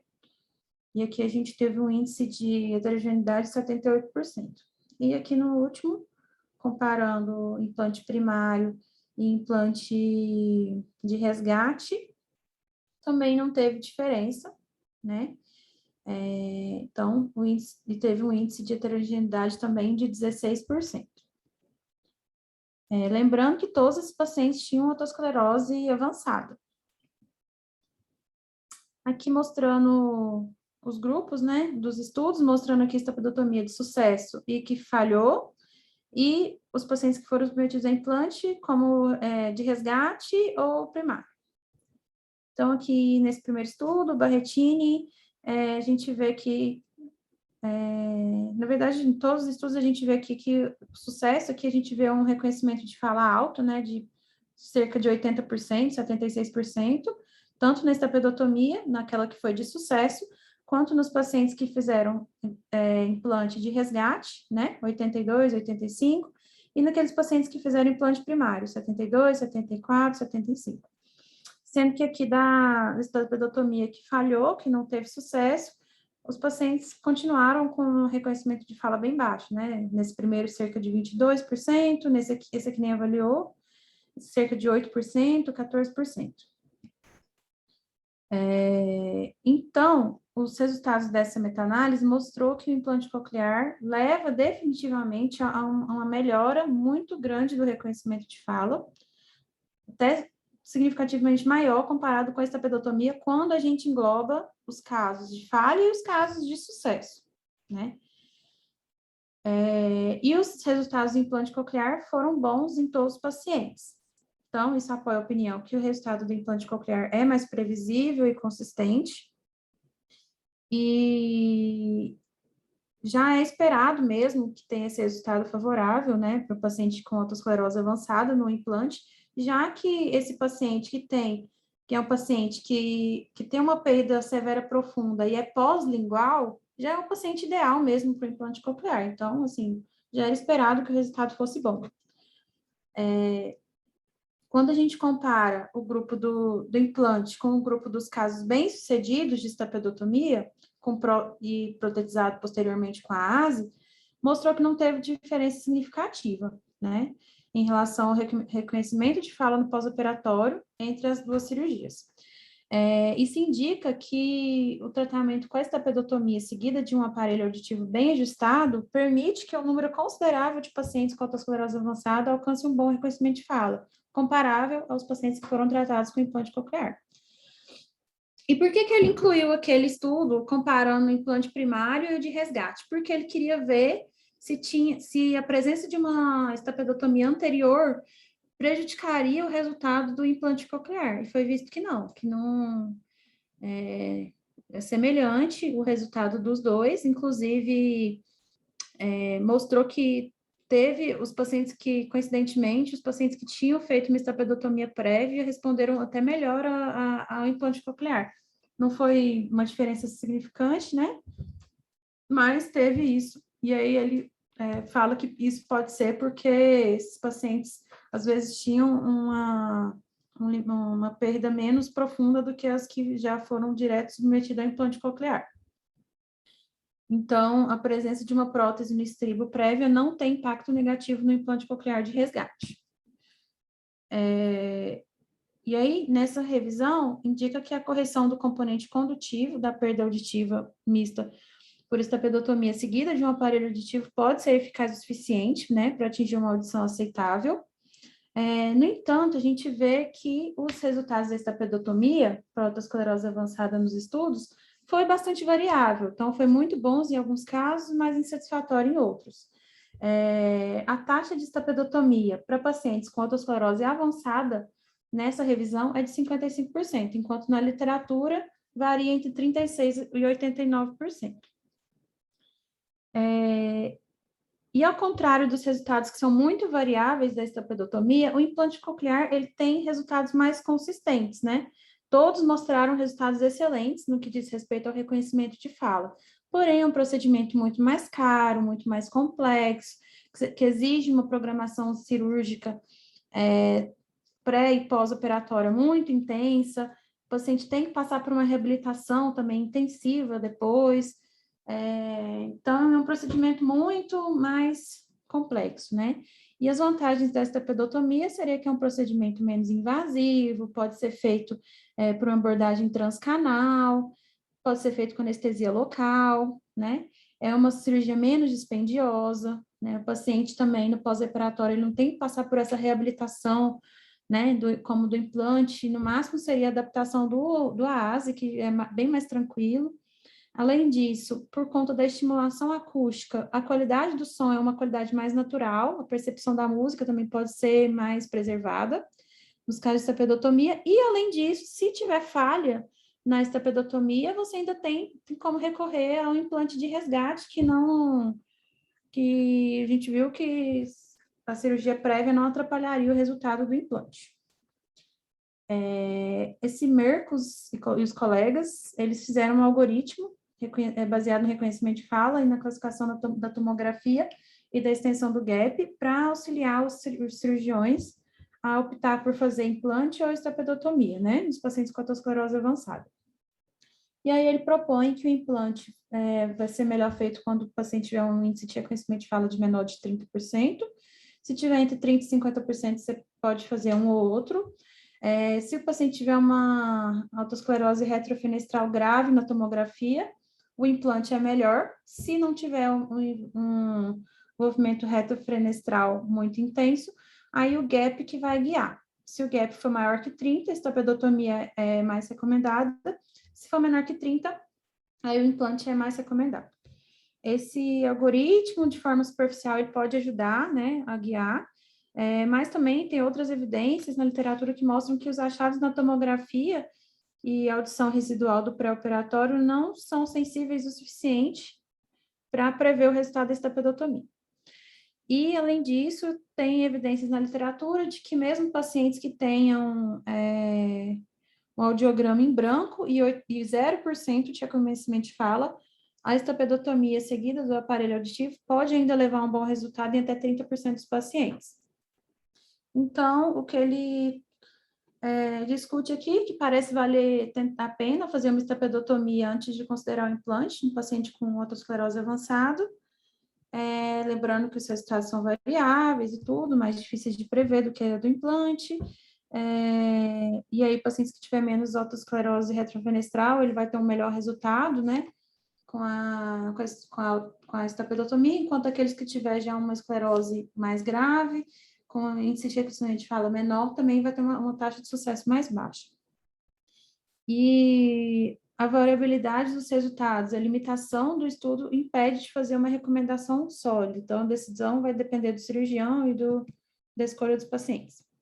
Então, as limitações desse artigo é que, como foi feita uma pesquisa secundária, e como qualquer outra revisão sistemática, foi limitada pela quantidade, né? Foi só 4 artigos, e pela qualidade.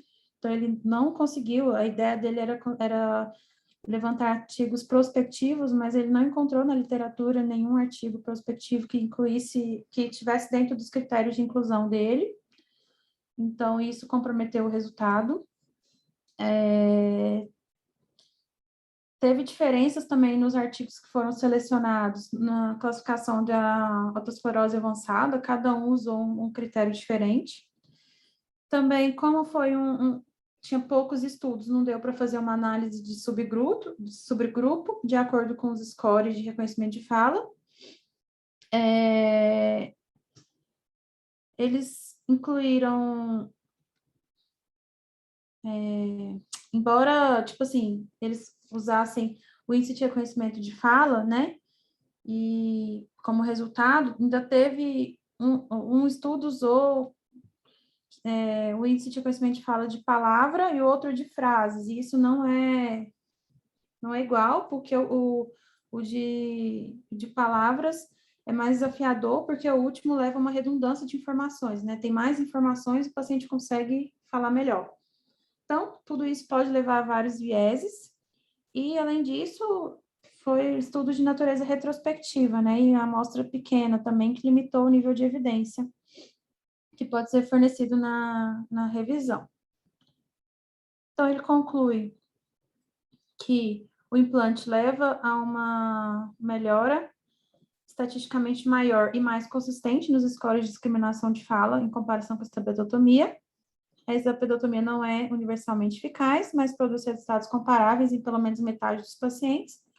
Nos casos de insucesso da estapedô, ainda tem a opção de fazer um implante de resgate, vendo que os resultados do implante de resgate são tão bons quanto os de implante primário.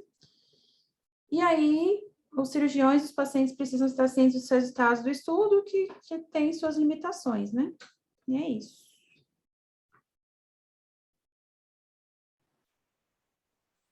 Pergunta prática. As conclusões dele são sustentadas pelo método dele?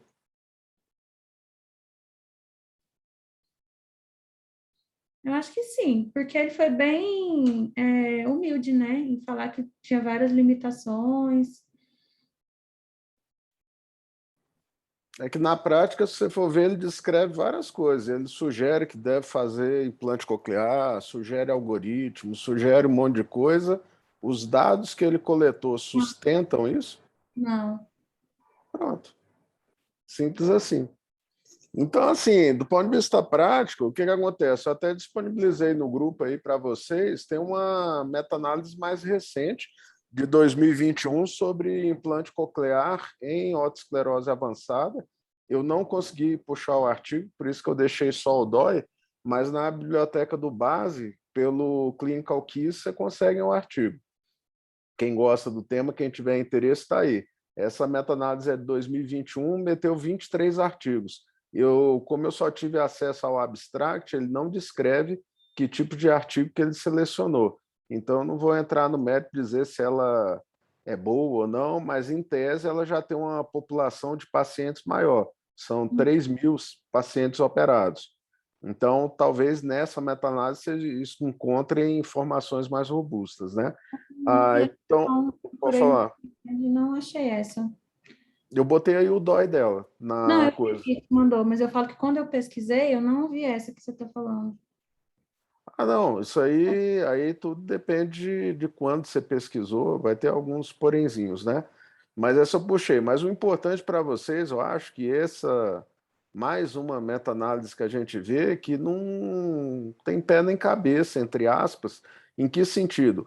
Toda a discussão que ele sustenta, faça isso, faça aquilo, algoritmo, não tem o quê, é meramente narrativa e especulativa. Os dados que ele pegou não sustentam. E outra, quando você vai olhar, é uma questão bem simples. É difícil fazer um randomizado controlado disso daí? Se é fácil?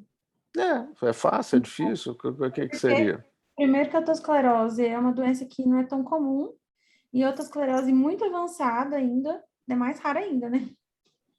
Pronto, então você pode ter algumas dificuldades com relação ao randomizado controlado e você foi em cima delas. Mas, de certa forma, quando você pega serviços de referência, quando eles se articulam de forma multicêntrica, você consegue levantar um N que seja razoável. Nem que você monte aí um estudo com 30, 40, 50 casos. E você não precisa de um N brutal, centenário ou de milhar, para você, em tese, trazer uma informação de qualidade com isso daí. Então, algumas dezenas de pacientes já seria suficiente. E, do ponto de vista prático, a articulação de centros seria o caminho para tentar driblar essa questão da menor incidência e prevalência da doença. Tá? Então, tem caminhos para você montar. Agora, o importante, que eu acho que é importante vocês terem e estarem atentos a isso, é fugir de conclusões narrativas. Então, por mais que ele aponte algumas limitações, ele não usa essas limitações para balancear a discussão que você apresentou em cima do que ele escreveu. Ele não coloca lá na discussão dele, quando ele aponta as sugestões, inclusive do algoritmo, que aquilo ali é uma opinião pessoal muito mais do que uma sustentação por dados. Acho que é isso que é importante que vocês estejam atentos, né? Então, uma coisa, na minha experiência, eu acho, os estudos mostram, é o que a gente já quebrou o mito aqui, né? Então, que nível de evidência do qual nós estamos falando? Baixo. Baixíssimo. Aí você tem que olhar o seguinte, é uma coisa importante. Isso é um problema assim de má fé do autor? Eu diria que não. E por que eu diria que não? Porque ele trabalha fazendo a meta-análise com o que ele encontra. Agora, quando você pega estudos tão heterogêneos, ao ponto dele ter que flexibilizar absurdamente no I2 para que saia uma meta-análise, na prática, tudo que ele tenta sustentar de raciocínio à época não se sustenta pelos dados que ele levantou. Ponto. E esse daí, se você for olhar, a conclusão mais coerente seria mostrar a limitação da literatura e apontar perguntas em aberto ou sugerir itens de pesquisa, vamos dizer assim, para que grupos se organizem. Seria isso.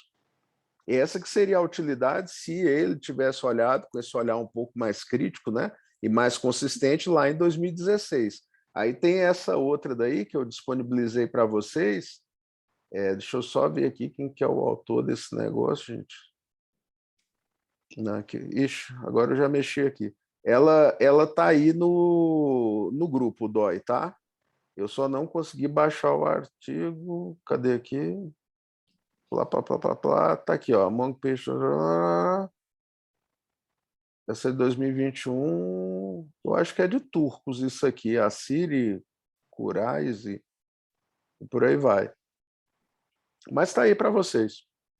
Saiu esse ano. Então, esse daí eu só queria reforçar isso. Nada do que ele colocou na discussão é sustentado pelos dados que ele apresentou. E relevância estatística, vamos dizer assim, não significa relevância clínica. Gravar isso aí. Mas beleza. Alguém quer fazer algum comentário a mais?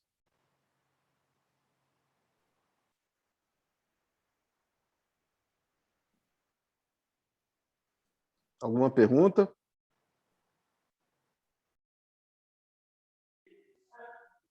Acho que não. Tranquilo?